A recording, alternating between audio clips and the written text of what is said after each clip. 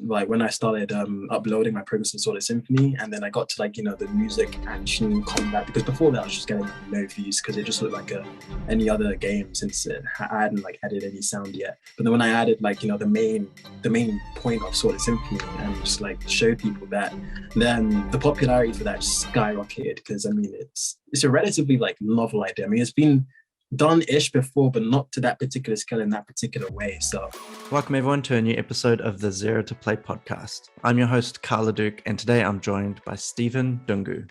Stephen is a talented composer with an incredible ambition to create art. He is currently the solo developer behind a clever and innovative game called Sword of Symphony that has gone viral online for its unique and powerful combination of music and combat.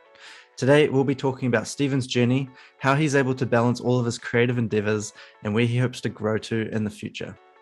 So sit back, relax, and enjoy episode 1 of season 5 of the Zero to Play podcast. All right.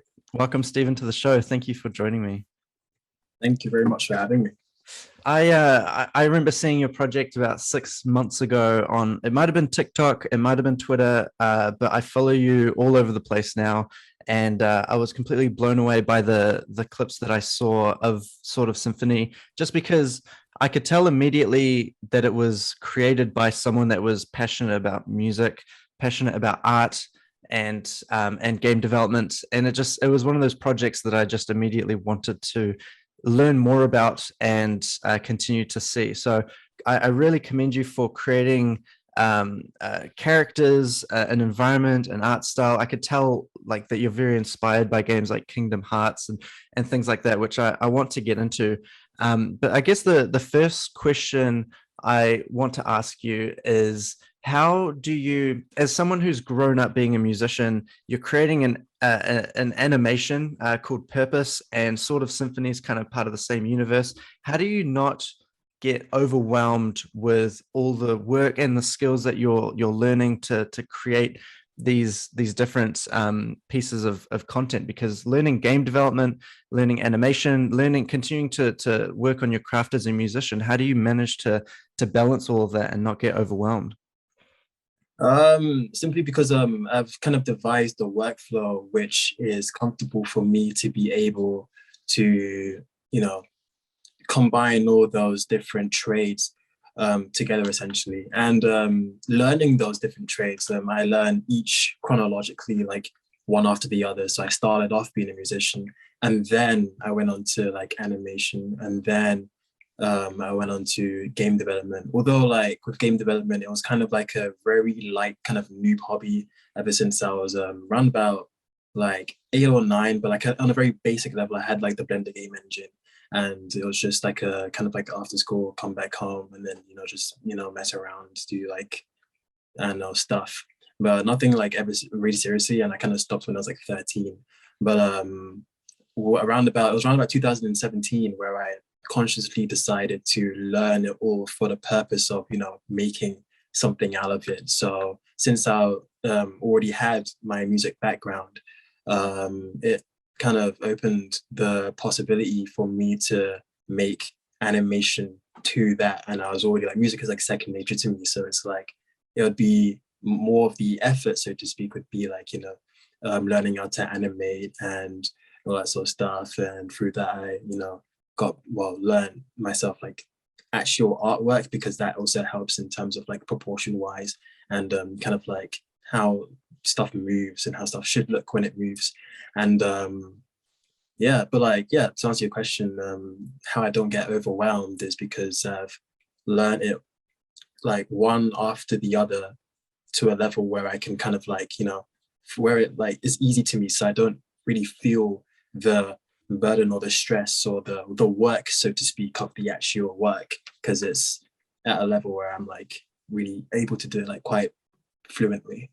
Yeah, I mean the original scores that you've put out on YouTube are incredible, and they're you can tell it almost sounds like it's done by someone that spent their career composing music. And that's what I find so amazing, is that people dedicate their whole lives to being composers, for example, and you're kind of jumping to a different creative field. I I feel like it must have you tried to do anything that you feel like you haven't been, because I feel like you have a natural talent for these things if you're continuing to kind of grow and learn, because I've given up, for example, learning game development because I don't feel like I'm a programmer. I don't feel like I have a programming mind, but I feel like you've been able to push through that. Have you tried anything and failed and kind of tried to pivot and find a different way to kind of communicate that feeling that you're trying to evoke? Um, that's an interesting question because in my perception, like you only fail when you give up. Like I've been bad at something before, but I made myself good at it. So like I could have failed if I stopped. And like I had the like when I started off animation, I was trash. Like I was absolutely terrible. Like I mean, people say that I have a natural talent for all these things, but I definitely started. I mean, like people won't see it now because I've deleted all that footage, but it was definitely out there at one point, and it was definitely trash. And I don't know, maybe one day I'll like make a post about like how I've like started off and like so that people can see that I was not always like this, like how I am now.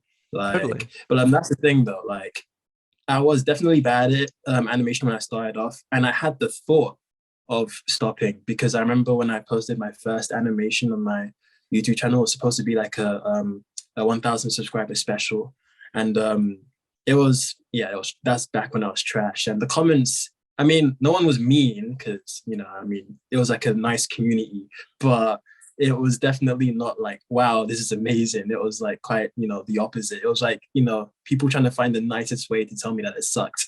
So yeah, so I definitely felt that. And I was like, maybe like it's not for me because before that I was just a music composer. Mm-hmm. And I was like, you know what? I could like the thought had crossed my mind to kind of in a sense stay in my lane. But no, like that's I didn't really see that as a failure yet because I had not given up yet. I had the potential to be better since I had, brought myself up to that point.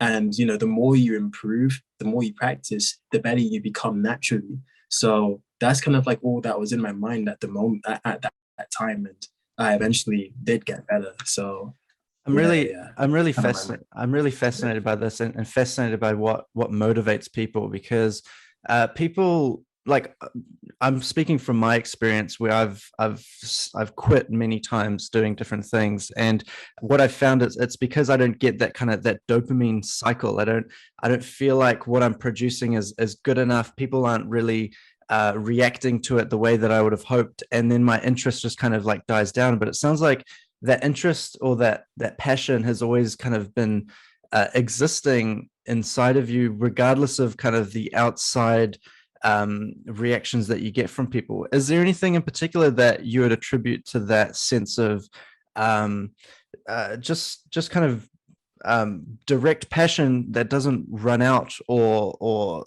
like fall away when you do struggle in the beginning stages? I find that the most fascinating thing.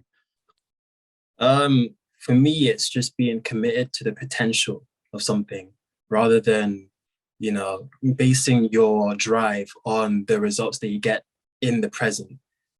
That's what keeps me going, essentially. That's where, like, discipline kind of kicks in.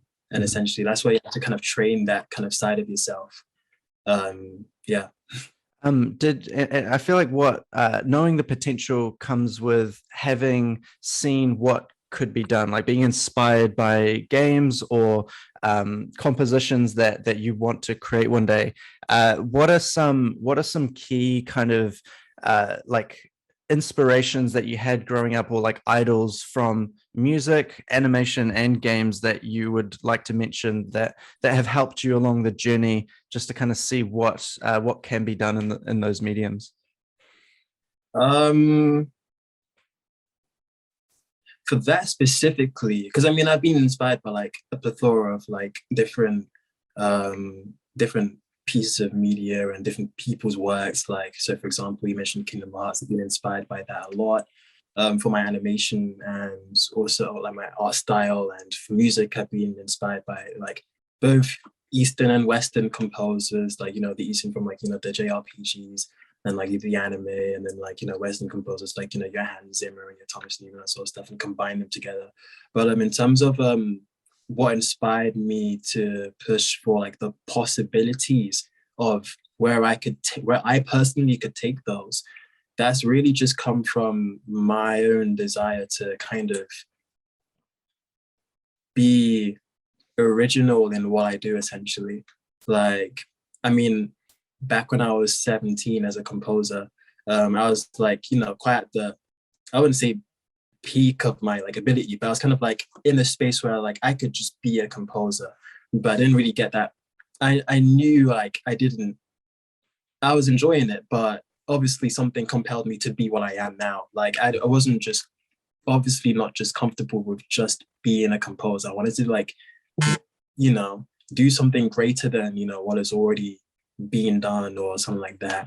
And essentially, yeah, do something great, essentially. So yeah, that's kind of like stemmed, and that kind of inspires me to see what could I do, and that sort of stuff. And yeah, I just picked the most ambitious thing, which is what I'm doing now. And then I'm like, yeah, that's definitely something that I should do.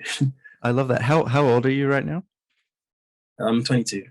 That's incredible, and that's what completely blows my mind. I'm 27, and I feel old, but then also I get told I'm young often as well. But the fact that you're 22 is incredible. That you found this just this lane to go in. To really, the ambition for sort of Symphony is huge, I feel, and all the other projects that you have, and I feel like that could last your career, and we'll see where things go. But I'm just amazed at how young you are. So just to give a bit of context for the people listening, the way I understand it, you're at university right now, and sort of Symphony is your university like project that you're going to end with. Do you mind explaining a bit of where you are right now and kind of what you hope to achieve throughout this year? Yeah, so I have actually graduated this year from, well, not this year, actually last year, 2021, from university. And but yeah, how it started off was actually a university project, because initially I was working on my purpose project, which was a project that I kind of drew the foundation of my career based on, and something that I still intend to complete. And this was roundabout when I started university. That's when I kind of like delve into purpose. But then round about the end of university, when I made the cinematic trailer for both my purpose projects, so Purpose Versa and Purpose Versus, I made the cinematic trailer for it. And in university, I was doing a music technology course, so pretty much like sound engineering. And I needed to figure out like an idea for what I could do for my final project. But by the time the university professors had like, let us know that that's something that we had to like consider, I already finished my cinematic trailer, which I would have wanted to have used for that final project. So obviously I couldn't do that because it's too late. So and with all my other university assignments, I'd always figured out a way to like combine what I was already doing with purpose and kind of weave it into an assignment. So for example, there was an assignment where I had to do some like sound engineering as a practical, and I was doing like sound design for like, Purpose Versus for the test map where I was doing. So I was like, yeah, I could use that for my assignment and hand that in, and we got a relatively like high score. So I was like, okay, that's good. So I'd always been able to hit two birds with one stone, because it actually is quite difficult to like balance university and like, a whole like solo develop that is a tongue twister, solo develop a whole solo develop a whole project. So like I always wanted to find opportunities to like weave them both in and converge them. But the final project was the first time I couldn't, because I had already finished what I wanted to do for it. So that's when I was like, damn, I really have to think of something new. So you're like, I'm going to make a game. Yeah, so I was like, no, but at first it was just supposed to be just a really small, really, really tiny, like kind of test example demo, if you will, of like just how I could use game mechanics to compose music essentially. And like none of the characters from Solar Symphony even existed. In fact, I wanted to kind of make it as like a little mini game in Purpose, but like it really wouldn't make any sense for Purpose, and I didn't really want to change story elements of Purpose just to fit my university project. So I was like, that's what kind of motivated me to like do something new. And then that's when I started doing the initial sketches for Sword of Symphony. But back then, I don't even think it was called Sword of Symphony. It was just, the side projects, that I had to hand in for university. And then I made a social media. Then I made a social media for it so that people obviously would know that I'm still alive, that I hadn't stopped working on Purpose, because I was like quite consistent with my updates. And like I didn't want people to be like, where's he gone? After like I was doing so much good progress. And then like it started off as that, just as an assignment, just for me to hand in for my final project, and then just to forget about straight afterwards. And most of the mechanics were very basic. Like, so right now you can do almost like full on hack and slash style, or like, action RPG level kind of combos against the enemies and that sort of stuff. And you can switch them out and like make melodies, and the enemies also do that. But back then it was like a lot more simple. Like, I mean, like, yeah, it's just a lot more simple than that. So that's kind of like where I intended to just end, and then scrap it and then get back to Purpose, and then use that as a way for me to kind of make the music not more interactive in Purpose, but like for an idea that I had for Purpose was like, since you play as different characters, I kind of wanted like, the instrumentation to be based on like the character that you're playing, and kind of have like the vibe that you're playing. So when you switch character, the music will adapt to that and kind of like, play the same backing music, but to the aesthetic of that particular character. So I kind of wanted Sword of Symphony to kind of like prep me for that essentially.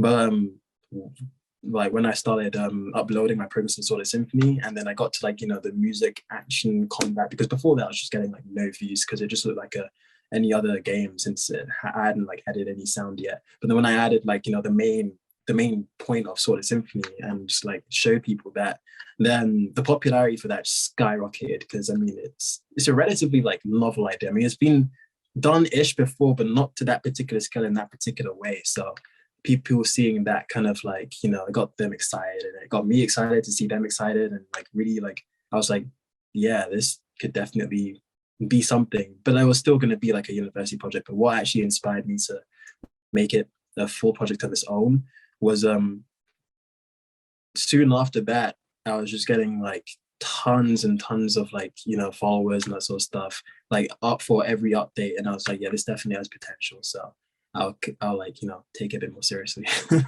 Yeah. So and then that's what I'm working on now. So in terms of what you're hoping to deliver, is there like a release date for Purpose? Is there a release date for Sword of Symphony, or when you hope to get something out there? Or is that all very much open? I have so many questions, and I'll try answer all of the ones that are floating in my head. But just to know, I want to distinguish between Purpose and Sword of Symphony. Are you just focusing on Sword of Symphony now, or are you still going to release both?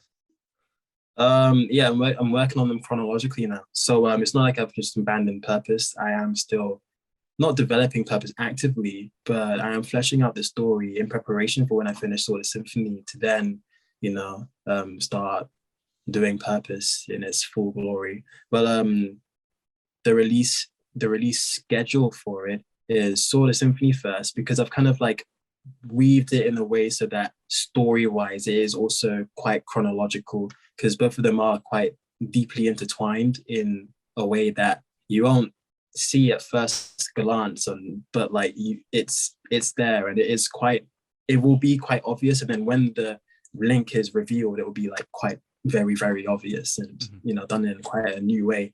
But it would make sense for Sword of Symphony to come first. So that's also another reason why I'm working on that first, and then Purpose will come out. But then the way I want to do Purpose is kind of have Purpose Verse and Purpose Versus, kind of like each chapter of each release this simultaneously, and then kind of like have that being done. So yeah. even that is an innovative idea. Well, it's incredible because you're dealing with so Purpose Versa and Versus are animations, right? There is it like a series? Is that Yeah, going to be? Purpose Versa is the series, the animation, and Purpose Versus is the game. Gotcha. Oh, I see. I see. And how do you feel about working with multiple, like one thing that I haven't heard of people trying to do this is how do you feel about your audience being split? Because people that play, games might not also watch the animation. Does that cross your mind at all? Do you see the kind of power of both mediums? I find that like a fascinating conversation of trying to deliver something on two different mediums at once. I feel like it branches out to reach more people, and typically what happens is when someone's interested in like something from one medium and then they see it released on another medium, they kind of are like, I'll invest in this medium, but only because of this particular show or this particular franchise, which is like kind of like what I've seen, kind of like, the trend essentially. So that's kind of like, how I see it essentially. I think that's really smart for It's like a building. net. Yeah, It's like a larger net. seeing that with Arcane and League of Legends, like what was done a few months ago, that was incredible. I absolutely loved that show. I'm not a huge fan of League of Legends, but I respected the world building that they did, and I now know a bunch of characters from League of Legends and any other games, whether they're mobile games or more League of Legends champions. I'm now invested in their world, so I think that's a really smart way to be thinking of building IP, which is something that people really struggle to do, building characters and telling stories. Okay, just a question I wanted to go back to when you were talking about university. A lot of solo game devs that I've spoken to don't really credit their studies to them pursuing their passion, but it sounds like you were in a really great really great degree that helped you work with your kind of passion. Would you give a lot of credit to your university for helping push you to pursue your passions, or do you feel like that a lot of that came from was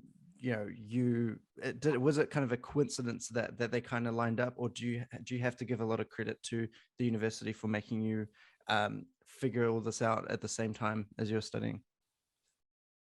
I'll give credit to the university for creating the circumstances in which I then decided to make Sword of Symphony from, because I was probably not gonna make Sword of Symphony if I didn't have to.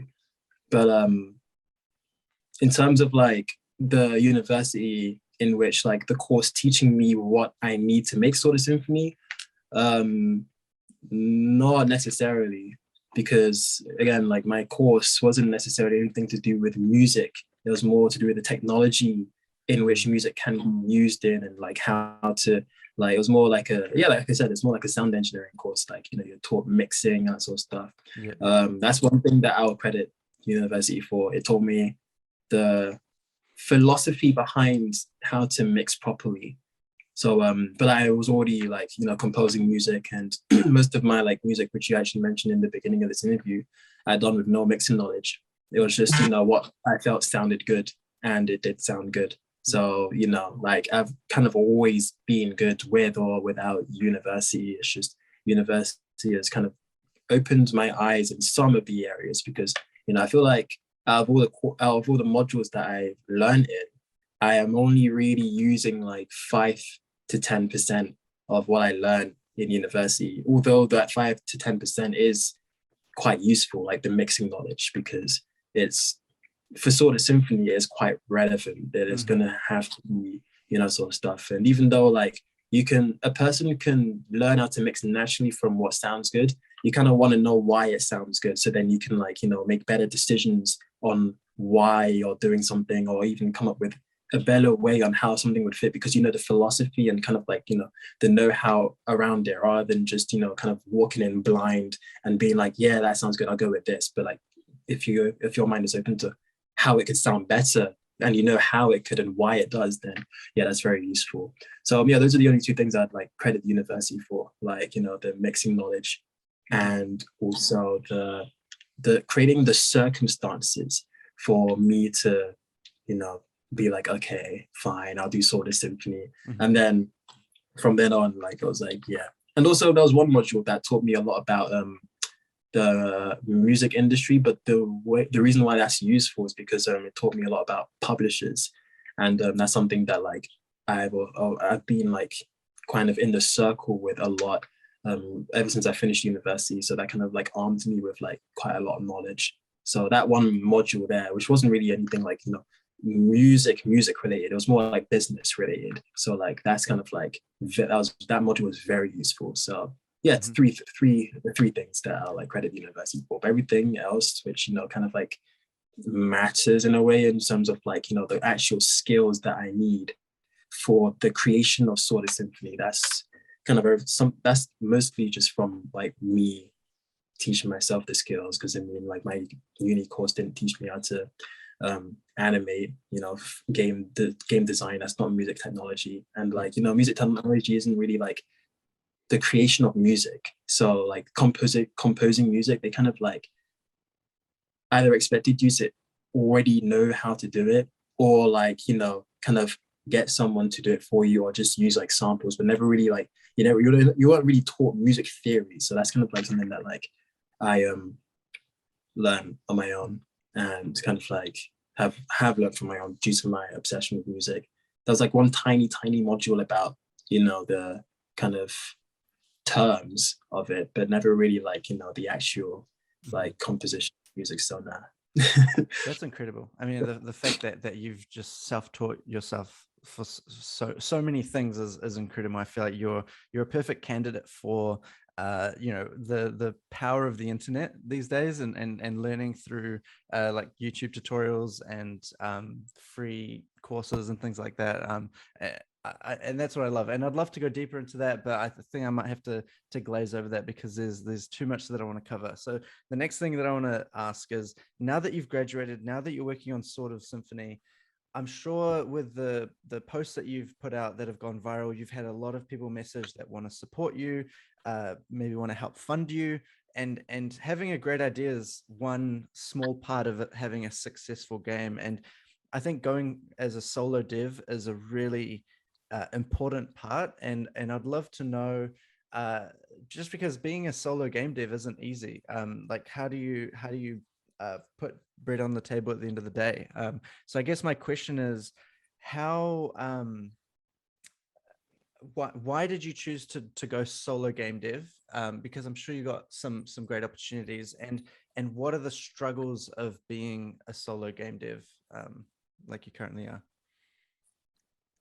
So the first one, why I choose to become a solo dev is because when it comes to teamwork, yeah, don't really like teamwork.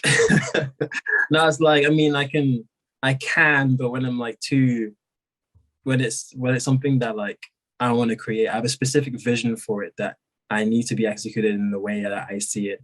And like oftentimes with like, because I've been in game jams before, like it's something that's a consistent problem where like, you know, like there's too many, as long as there are like other visions of what it will look like, there's always going to be, you know, not conflict, but a different interpretation of the final goal of what should be there. And even though it can have its merits, when you have one solidly written out, thought out from start to finish vision, there should really be no deviation. Otherwise, you know, it loses its authenticity in a way. Like it starts to become obvious that it's trying to be this and it's trying to be that, and it's like you can see the tug of war of ideas in the work when that becomes the case. And for Sword of Symphony, that's something that I adamantly do not want. There'll be a time in the future where like I will, you know, I will look to start a studio, but I want the studio to kind of like use my work that I've already done as reference to how things are, you know, because I kind of have like a consistent kind of way I carry out like, you know, my artistic works. and like, you know, the team that I eventually like do work with in the future, I kind of want to have it almost like as an extension of my own like mind, essentially, and kind of like, you know, have like a start to finish reference to be like, this is how it's done, essentially. Because, you know, I do plan for there to be like sequels, and obviously if I'm going to work on Purpose Versa and Purpose Versus at the same time, it will be incredibly taxing on me to do that alone without like maybe like two teams doing like both, so that they can be released simultaneously. So that's like all future stuff. But for me to find the people to do that, there needs to be, it's like a restaurant in a sense, like how the chef obviously has to make the recipe himself for then it to be distributed to the other cooks to then cook the meal and that sort of stuff. That's kind of how I see it. So that's why with Solar Symphony, that is, well, Solar Symphony 1, that's a solo project. Yeah, but that's a great analogy. I like that, and it's awesome that you've put that much thought into it. And yeah, no, I think you're right. I think a lot of people maybe jump in, maybe accept funding and build a team too quick, and find that they lose creative control, and they kind of lose that passion or that drive that they had over time. But it sounds like that's what you're prioritizing, which is really cool to hear. In terms of, and also like when you have this, and also when you have the skills to do it, like, I mean, I've worked very hard to like build the skills for me to do it, then it kind of like doesn't really make any sense to like essentially like hire someone else to do something that you will do, essentially, and like all from the same space, you know, because usually with like, you know, group projects that I've been in, like you'll have to like for example, like a composer to compose something, you are likely gonna ask them for revisions and that sort of stuff, because you want something to be done a certain way and they have a certain idea of how to do it. If you didn't explain it clear enough, which, you know, the burden is on you for that, then you'll have to do revisions. And I mean, as a composer myself, I know composers are expensive. So for a project like Sort of Symphony specifically, that's hiring a composer to do that will make me bankrupt in like, you know, like just the first level. So it's good that I'm able to do everything myself at the quality that I want, because I'm very, very, I feel, well, yeah, fluent is not the right word. I'm very, very fluent in like music composition. So I'm able to like get my idea the way I want for free, because I am the one doing it. So same with like animation. I've taught myself animation to the point where like most people ask me if I'm using like mocap, and like I'm like, no, I always keyframe animate my animations, because mocap you can't really like with keyframes you can go into the nuances of the character and really customize it to like how you want to move. Like if you have like a character, like, because usually like with the principles of animation, there's squash and stretch. You can't do that with mocap, unless you have no bones. So you're gonna want to, and like even if you did mocap, you are going to have to keyframe animate the squash and stretch if you want that if you want that stylized effect anyway. So if you have the knowledge to keyframe it from the start, you don't have to put on a whole suit and, you know, do that sort of stuff, and you can just literally do it in like, I don't know, like 20, 30 minutes, depends on how skilled you are, but like, you know, that sort of stuff. So that's kind of like, yeah, like in terms of like working with a team, like I feel like I don't have to at the moment. Obviously, there will be tasks like later on down the line where I might delegate. Let's just say I'm working on a particular mechanic, and let's just say I want like certain buildings to be made whilst I'm working on that particular mechanic. And I've already made like maybe like 1 or 10 or something like that. So then like the person like I hire for like the rest of it can have like a solid idea of how it should look and, you know, replicate it. Then that's the only like circumstance I see likely that I'll like, you know, delegate tasks, because it just makes sense. But other than that, it's more like contrary to popular belief, I feel it's more efficient if like I do it all like, you know, outside of those isolated circumstances. Totally. Yeah. Struggles of totally. Well, the first struggle that I want to touch on is funding. Are you accepting funding? Are you self-funded for now? I'm just curious about how that is working, because that is a huge part of how this project gets developed. Yeah, I am being funded. At the moment, I am not allowed to disclose who by. I don't think so. My agent said I wasn't, so yeah, no, I guess not. Yet. But yeah, but I am being funded. Like quite a took quite a, quite a pitch tour to get through. And there was a lot of like, because obviously like as a solo dev, it's very hard to convince like funders that it will work, that sort of stuff, because most of these like people who fund these projects are used to like they're used to hiring whole teams. So I already had to like show a lot of what I can do and kind of prove it in a sense. And Congrats, yeah, that's yeah, amazing. I'm a really, really, really good company, and like very blessed to have them essentially. So Yeah, because yeah, that's great. Like as a solo dev, having the like a publisher or people that like investors that have those networks and can provide advice and mentor you in certain areas that you're not as experienced in, that's incredibly invaluable. So congrats for getting through that, because there's a huge step in the solo indie dev journey that a lot of people don't get to. So that's incredible.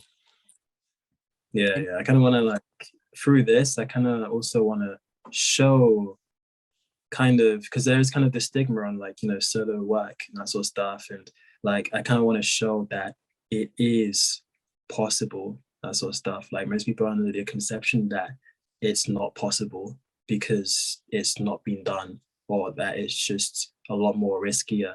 But it really comes down to like the person's work ethic essentially. Like they have the idea, they have to see it through. Like obviously there will be times where like it is harder, and like the easier option would be to like do all this, but then like that doesn't make it impossible simply because there is another easier option out there.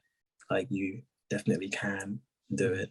And I feel like a lot of so other solo creators have spoken to me, and I kind of like asked, how are you doing this? Like I've tried to do it and that sort of stuff, and it's hard. How are you still sane? Like that sort of stuff. And it really is like there's no secret sauce. Like like I said, like in the beginning, you have to be committed to the potential, not necessarily like committed to like the motivation, because the motivation is a fleeting emotion. Like you're gonna feel motivated when you're inspired, when you see something inspired. It's like a reactionary response, but then there are times where you won't have that. Like you will wake up and you will not feel motivated. 90% of the journey is done without motivation. Like 90% of it is done by sheer, that's where like when motivation is absent, discipline has to take its place. And that's how you do it. Like I always tell people it's simple, but it's not easy. Like there's a very difference. You have to know the difference between simple and easy, because if you don't, that's what trips people up. Like they think it's like convoluted, to get where I am. It's really not. It's simple, but it's just the simple is not. This is the simple is hard. Like the simplest route. Sometimes the longest route. Sometimes the shortest route is the longest one. That's what I always say. Like so, yeah. I love that. Inspiring. Really, really well said. And that's incredible. It's a really mature way of thinking about progress, about creativity, about your career. And that's amazing that you've figured that out at 22 already, which is amazing. Speaking of other indie devs that you've spoken to, I know you're in touch with other like indie devs that you want to mention. I'd love to hear a bit about your relationship with them and how that plays in your motivation and keeping each other kind of accountable. What's that whole situation like? Absolutely. So I formed this group with one other creator. He came to me when I was doing the Kickstarter for Purpose. That Kickstarter failed, but then we stopped me. But yeah, I started the Kickstarter for that, and that's when he reached out to me, and he was like, "Do you want to collab? Like maybe like have like one of my characters from his IP kind of like feature in mine, and vice versa." And at the time, like because I was like charging for that, like charging for people to have like mentions in like Purpose and that sort of stuff, I was like, not at the moment, but in the back of my mind, I was like, that's actually a really good idea.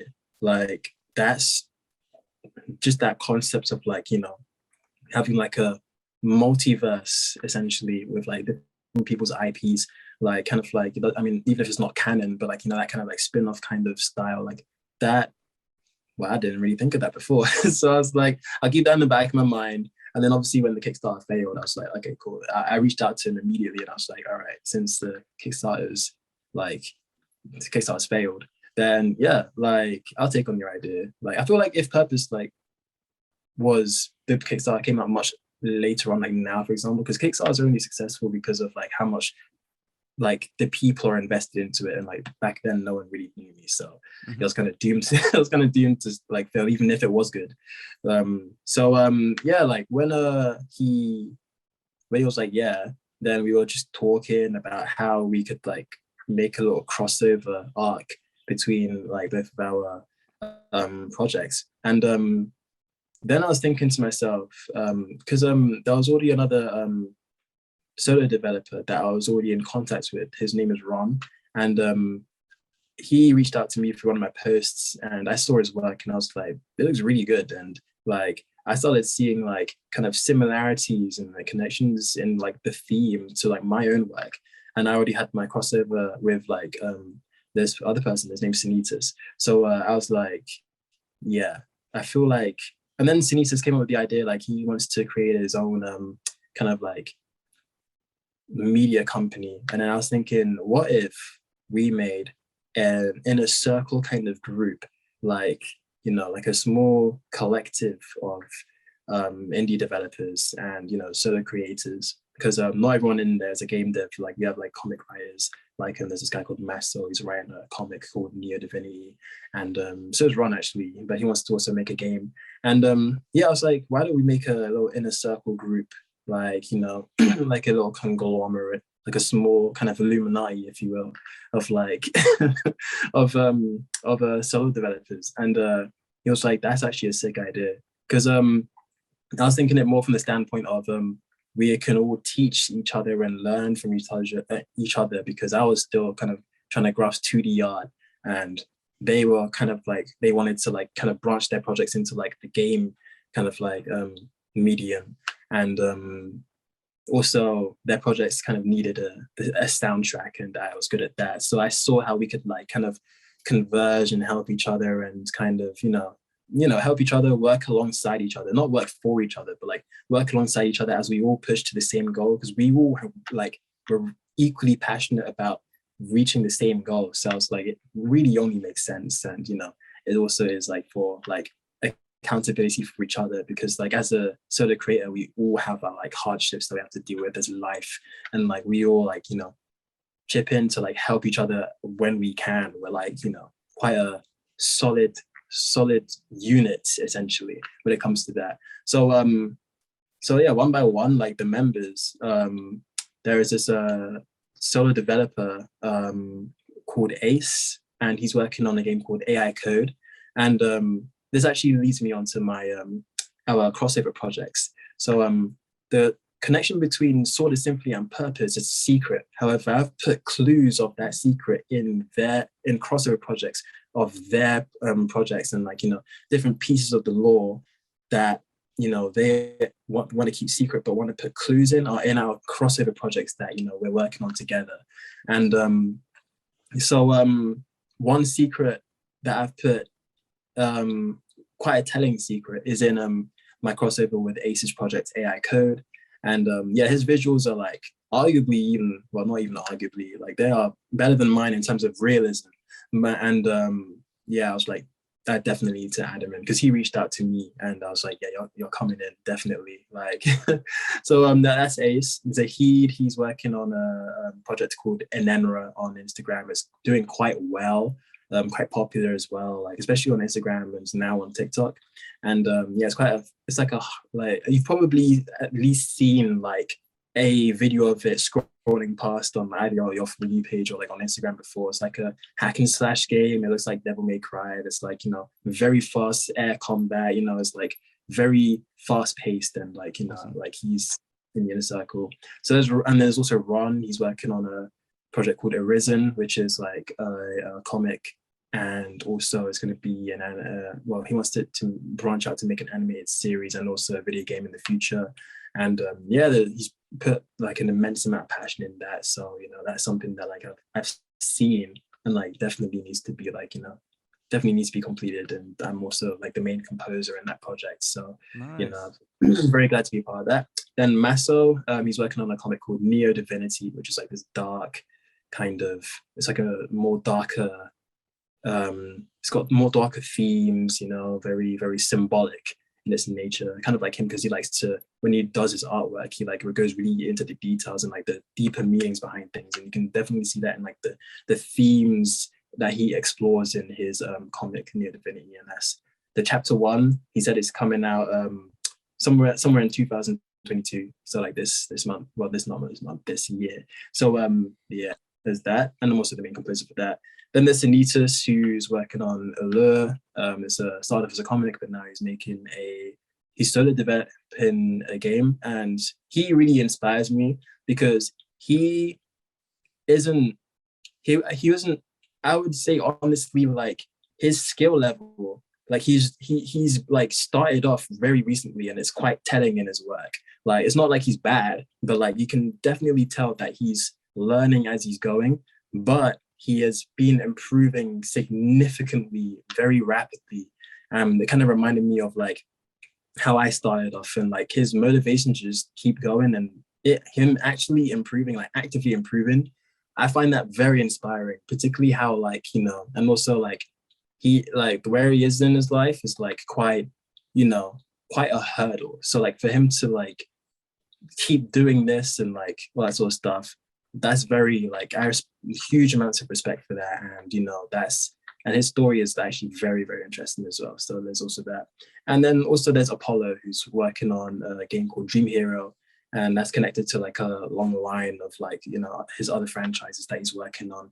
And it's kind of like inspired by, it's interesting because it's inspired by like PS1 kind of graphics, but it's got like modern mechanics. So think of like your modern action RPGs, but like, and it plays like it too, but and like with the animations as well, but it looks aesthetically like PS1, kind of like those kind of games. So it's like a nice kind of like new-ish, it's like quasi new kind of aesthetic that he's put onto it, and it's really nice. And it's got a like nice cute art style and that sort of stuff. And yeah, like Are you the main composer for that one as well?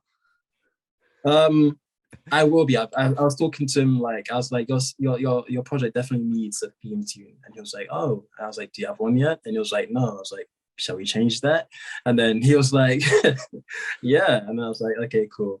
So yeah, that's like one of the things that I'm going to be doing for him as well. I love that. Yeah. Oh, that's so cool. Like finding a composer, and like you said, they're very expensive, and the fact that you understand game dev, and I'm sure that's just an incredible resource for them to have.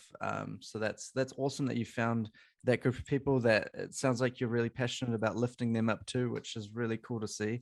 If anyone listening is an indie dev, are you kind of actively looking for people to kind of recruit into your inner circle, or is this something that you kind of want to try keep small? I'm just wondering if people want to reach out to you, if they can or not. At the moment, nah, no. Nah, I think not just at the moment, like just in general. Nah, like I've always kind of wanted to have the numbers be small, 7 maximum, and now we're 7. Yeah, I mean, back when we were like 4, I was kind of like open to kind of filling up, because like it just links to like my whole reason of why I want 7. I wanted each person in it to kind of cover or be an expertise of like different fields of like what you would need to like make a project. So you got the artists in the group, you've got the musicians. So me and Sanitas are musicians, but like different styles. And you've got like the game developers who are like expert at that. So like you got the Zahid, and you've also got like Apollo. He's pretty good. And Ace, like he's very good at like 3D visuals and like asset design and like character, like like just 3D characters. Like if you picture like how like Square Enix do their kind of like like Final Fantasy models, like his look like on that level essentially. So yeah, like that's kind of like what I kind of look for when recruiting these members. I mean, we kind of all recruit them, we vote on them, but like I'm like for Zahid and Ace, I definitely was like, yeah, these two. And now like our circle's kind of complete, so I kind of just want to keep it like that. So Yeah, sorry, any indie developers who are watching this, but yeah, nah, the door's closed. But yeah. No, that's awesome, and I think that it's great just to have friends that are pursuing similar endeavors, and that helps. I know we spoke about motivation a lot, but that helps. You know, when you see someone else that's just released like a new trailer or has like a new asset to share, like that helps you stay focused on what you're building as well, which is awesome. Thank you so much for kind of sharing your journey. I have a lot of questions that still remain, but I think we'll cut the episode short there. Nonetheless, I'm really excited to see more of sort of Symphony, and even um,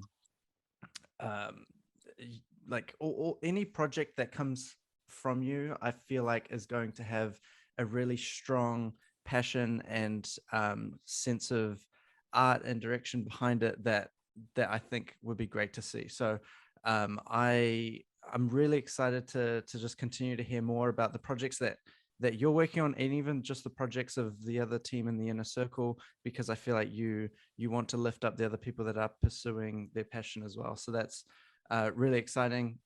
Anyone that's interested in following you, you have a huge following on TikTok at Sort of Symphony. They can find you personally at Stephen_Ddungu, which is DDUNGU. I'll also put your website down below where there's other links to other pages on social media. Other than that, is there anything else that you'd like to send off to anyone listening that's just heard your journey and heard where you hope to kind of build your future, and what would you like to tell them? No, just like if you're if you are working on something, even if it's not game dev, if it's just anything, just stay on course and don't give up. That kilometer will eventually turn into a mile, and then that mile will turn into a meter, and then a centimeter, and then an inch, and then you'll get there eventually. Like, you won't actively always see. Sometimes you'll see the progress, but it's definitely being made every step you take. Like, so yeah, just keep going. Love it. Thanks, Stephen, and thank you for your time. Appreciate it. Thank you very much for having me.